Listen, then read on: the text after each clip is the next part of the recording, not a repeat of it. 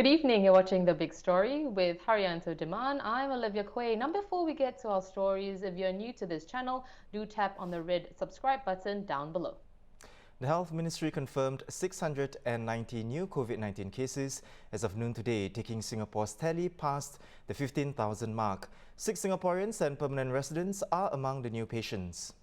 Migrant workers living in dormitories continue to form the majority of the remaining cases, and the exact breakdown of new cases will be released later tonight. The total number of cases in Singapore now stands at 15,641. Singapore's total employment for the first 3 months of 2020 registered its sharpest quarterly drop in 17 years. Speaking in a Zoom media briefing, Manpower Minister Josephine Teo said that this is due to a significant decline in foreign employment amid the COVID-19 outbreak. In first quarter, actually local employment not only held up, actually still managed to grow a little bit. So there's some positive activity, but this was for first quarter. Now, for the foreign employment, however, we saw a much sharper, reduction, and part of it could be due to the fact that round about early February, we already introduced travel restrictions. So you recall that there were a group of workers who were not able to return to Singapore unless they got approval to do so. And we had to try and manage the risk of imported cases. So the numbers were actually kept to a very low level. And we see that perhaps some of them are still have not returned, and either the companies have decided to exercise their own decision not to ask these workers to return, or the companies are either they cannot hire or have chosen not to do so. Employment in Q1, excluding foreign domestic workers, shrank by 19,000 compared with a 24,000 contraction seen in Q2 2003 during the peak of the Sars epidemic. Meanwhile, overall retrenchment in Q1 hit 3,000. Joining us to discuss this is NTUC's Assistant Secretary General Patrick Tay. Hi Patrick. Now Patrick, what was your immediate reaction to these preliminary figures? What worries you the most? I think this is advanced estimates for first quarter.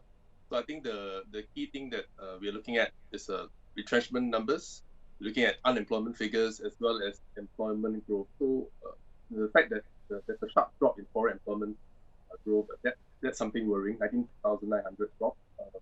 That's what caught me a bit by surprise.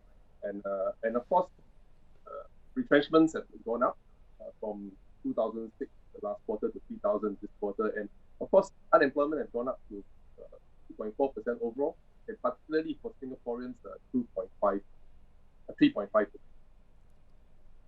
Well, Patrick, the preliminary figures look pretty bleak. Is there a silver lining though? For example, retrenchments, as you mentioned, are significantly lower than the quarterly peak of the global financial crisis. Is that a sign that the government support schemes are helping for now? Yes, from the union ground as well as in various parts of the labour movement, as well as my engagement with many employers and workers, I think the first quarter, if you look at the figures, we are faring much better than during SARS as well as the global financial crisis. But I think we have to be mindful and that this is because of the various measures. In fact, if you look at even up to this month, April, we're looking at companies still holding the line despite circuit breaker measures to not lay off people and to keep, to cut costs to save jobs and to minimize retrenchment. So I think on the whole, the 3 rounds of budget interventions with the job support scheme as well as the various training and funding schemes have helped a great deal. On that note, Patrick, the Manpower Ministry also said local employment grew at a modest pace. Do you expect that trajectory to change in the second quarter? Yeah, I think the key this year is not just looking at the first quarter, but also looking at the second quarter. Because in fact, not just second quarter, but practically by the day, by the week, by the month. Because I think as situations, worsen or because of the 2 months of circuit breaker measures, I think we have to be mindful that employees across sectors, not just the deeply affected, but across sectors are feeling the bite and the potential weakness of demand as well as the labor market. So I think I'm skeptical, but I'm expecting to see possibly in the next coming months and the remaining half of this year, pay close watch, because I suspect retrenchment figures and unemployment figures will go up. Well, let's go back to the overall employment data released today. So, what are the short and long-term implications you think, Patrick? And what more can the government do for job security and to create more jobs as well? As you know, the job support scheme and the various interventions and measures announced in the 3 rounds of budget will help companies in more ways than one. So I see a lot of unionized companies embracing some of these schemes, not just the direct support, but also some of the training schemes that are being rolled out so that they can keep the workers during these circuit breaker months, make full use of the downtime, and of course to maximize and pick up new skills, second skills, and to upskill themselves. So I think that the various rounds of measures of interventions have helped greatly for this couple of months. Of course, we know the jobs support scheme will have some time where it ends. So I think we have to watch really the labor market as well as the overall economy very, very closely to see whether there's even a need for additional measures. Right, of course. Well, thanks very much, Patrick. We've been speaking to Assistant Secretary General at NTUC, Patrick Tay. Singapore's total employment plunged for the first 3 months of the year, the worst drop since the Sars outbreak.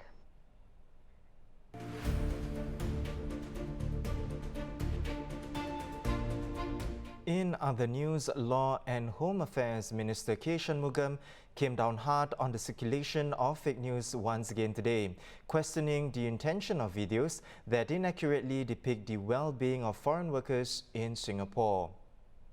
In a Zoom conference, Mr. Shanmugam gave several examples of fake news about foreign workers, including a video clip showing a man hanging at a stairwell.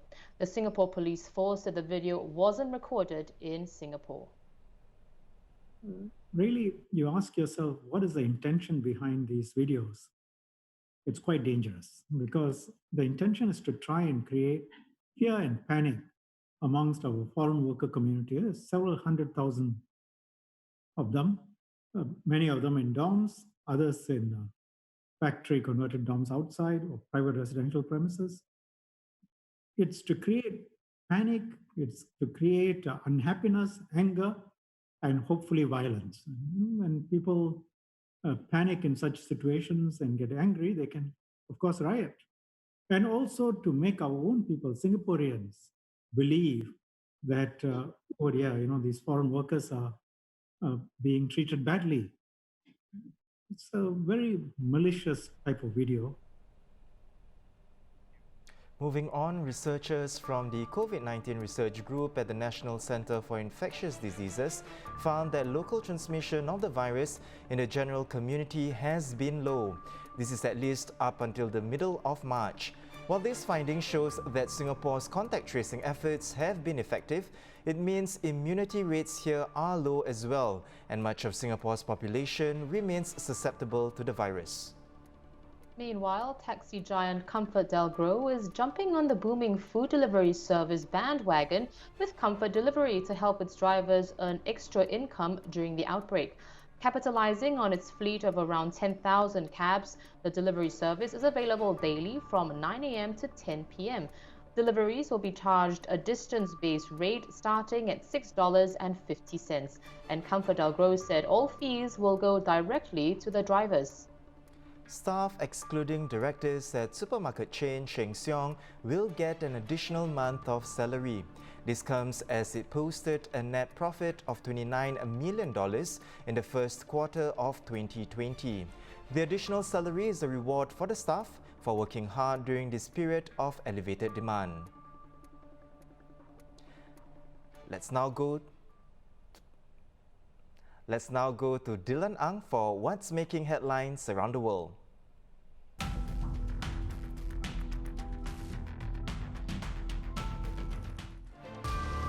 Thanks, Haryanto and Olivia. The US coronavirus death toll has exceeded the number of Americans killed during the Vietnam War. This comes less than 3 months since the first COVID-19 related death was confirmed. More than 58,200 American lives were lost during the Vietnam War, while the virus has now killed more than 59,000 in the world's worst hit nation.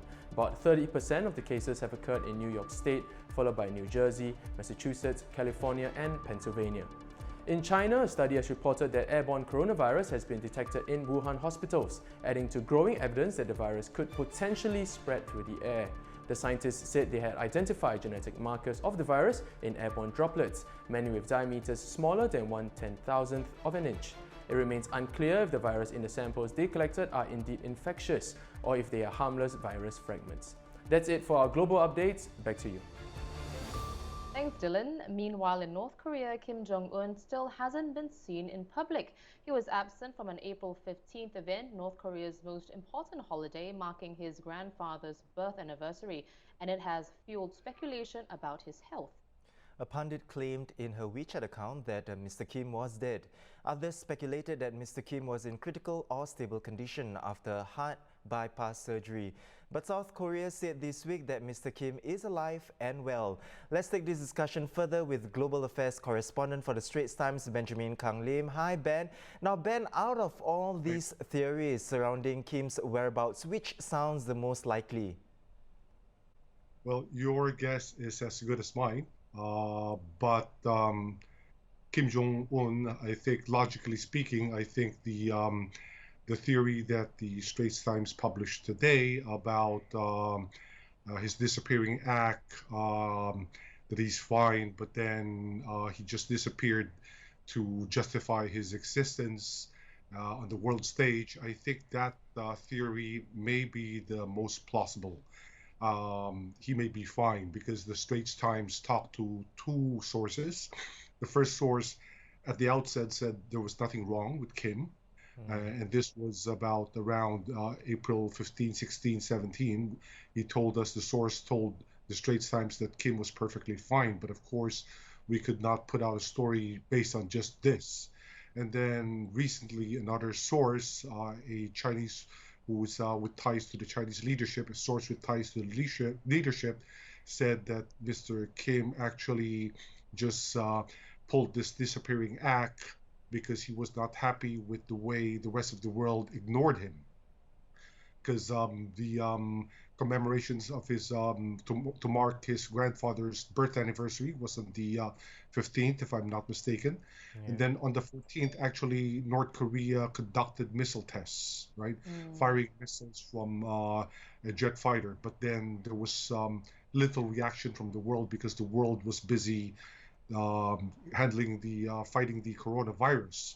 But this did not make him happy because he felt ignored, and so the next day he decided that he will just be absent from this celebrations, and of course the world went into a frenzy and started speculating. This is one theory that the Straits Times has heard, and I think this is the most logical because it also explains his motive for his disappearance. Right. Well, Kim Jong Un is just 36 years old. So, Ben, what is known about the general health of this relatively young leader? Yes.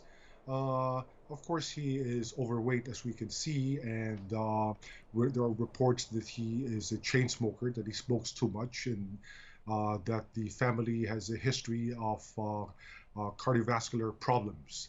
But at his age, at 36, to have it's not uncommon, I wouldn't say, but it's rare for somebody of his age, and he has a team of, it's rare for somebody his age to have a heart attack or somebody who needs bypass, and he has a team of doctors, medical doctors, who advise him on his health. So it's not like he's just drinking and smoking every day. He, of course, listen to his doctors and listen to their advice. All right. Now, Ben, there is also a North Korean activist who said on Twitter that Mr. Kim has gone into hiding because the coronavirus had exploded in North Korea. Do we know what is the COVID-19 situation in North Korea? Right, North Korea is one of the most opaque, if not the most opaque countries in the world, and so we don't know what is happening with the COVID situation in North Korea. But then we have to take the activists' claims with a grain of salt, because the activists, I think, is anti-Pyongyang, and so he will say anything just to make North Korea look bad, make Kim look bad. But we do not know, we do not have a clear picture of the situation. Even diplomats, some countries have diplomatic relations, not a lot, with the DPRK, including, for example, UK, India. And what I heard is that even the diplomats on the ground in North Korea do not know what the real situation is like. Well, with Kim Jong Un's health status still unclear, who is his likely successor, Ben? His sister Kim Yo Jong, as well as his uncle Kim Pyong Il, those names have been bandied about. Yes, both are possible. The sister is a bit young. The uncle was the ambassador to the Czech Republic for several years, for a long time, and he was recalled home last year. He is also a candidate, but of course we should not forget Kim Jong Un's older brother. The eldest brother was died in Malaysia, was killed in Malaysia, and then you have the second brother who is also a candidate. But it's unclear at this juncture, if Kim is really dead or incapacitated, and it's unclear also who will take over. Right. Well, thank you very much, Benjamin. That was Global Affairs correspondent for the Straits Times, Benjamin Kang Lim. The link to Ben's piece is in the description below if you're watching us on YouTube. Let's cross to Dylan once more. Thanks, guys. While it's a trying time for everyone amid the global pandemic, there are those who are looking to lift the mood. First up, he's turning 100. 10 of thousands of birthday cards poured in for Britain's World War II veteran Captain Tom Moore ahead of his birthday tomorrow. Captain Moore received more than 125,000 cards, all displayed at Bedford School in the UK. He had raised more than £29 million for Britain's National Health Service by completing laps of his garden with the help of a walking frame. His 100 laps broke both his initial £1,000 target as well as the Guinness World Record for a charity walk. Comedian and former Tonight Show host Jay Leno has been producing face shields 24/7 in his garage to give to healthcare workers. In an interview with Bill Maher, he confirmed he had several 3D printers and had been using them to manufacture clear plastic shields. The shields are then passed on to the fire department to distribute. And finally, if you're working from home, you might want to put in a bit more effort if you're teleconferencing. A video of an ABC News reporter in the US has gone viral after he appeared on Good Morning America wearing a perfectly suitable shirt and jacket. Everything but pants. Here's a look. Do say they will scale up the program if it is successful, guys. Very cool. We love it, Will. Thank you. Lesson learned for sure. Fun fact, Will is also the son of legendary Superman actor Christopher Reeve. And yes, if you're wondering, I am wearing pants. Back to you for the rest of the show, guys. Thank you, Dylan. Now, Ollie, aren't you glad that our directors on The Big Story check our shots before we go on air? Absolutely, especially more than ever today. Yeah, definitely. Now, moving on, when the elevated safe distancing measures were first announced about a month ago, avid moviegoers felt the impact as cinemas were instructed to shut. While we still get to enjoy our movie fix at home via various streaming platforms, the communal experience of watching a movie together in a cinema, although with strangers, is absent. To make up for this gap, local writer Amanda Lee Koe and local filmmaker Kirsten Tan co-hosted a watch party for participants to experience watching a film in a cinema, but in the comfort of their own homes. Amanda and Kirsten are two of our heroes made at home, whom the Sunday Times spoke to, who have responded to the circuit breaker measures in creative ways that have made our lives a tad better. And they are joining us today via Skype to tell us more about the initiative that they started. Amanda, what gave you the idea of hosting the watch party? So when Kirsten and I first came back from New York to Singapore, I think we were in self-isolation, and feeling quite disconnected. And at this point... Yeah, so about this point, Bu Jin Feng, a fellow filmmaker, he messaged me to check in to ask how I was, how we were. And then we started talking, and we were missing really the cinema experience. and as he says, like people are just like watching so much Netflix at home now. Maybe we should try to start something that would, I guess, bring back some of that intimacy of the cinema experience. And so about that time at the end of March, we hosted our first watch party section on Tony Erdmann, and Anticipate Pictures was very kind to kind of allow us to talk about the film, because Anticipate Pictures are the ones who are distributing it.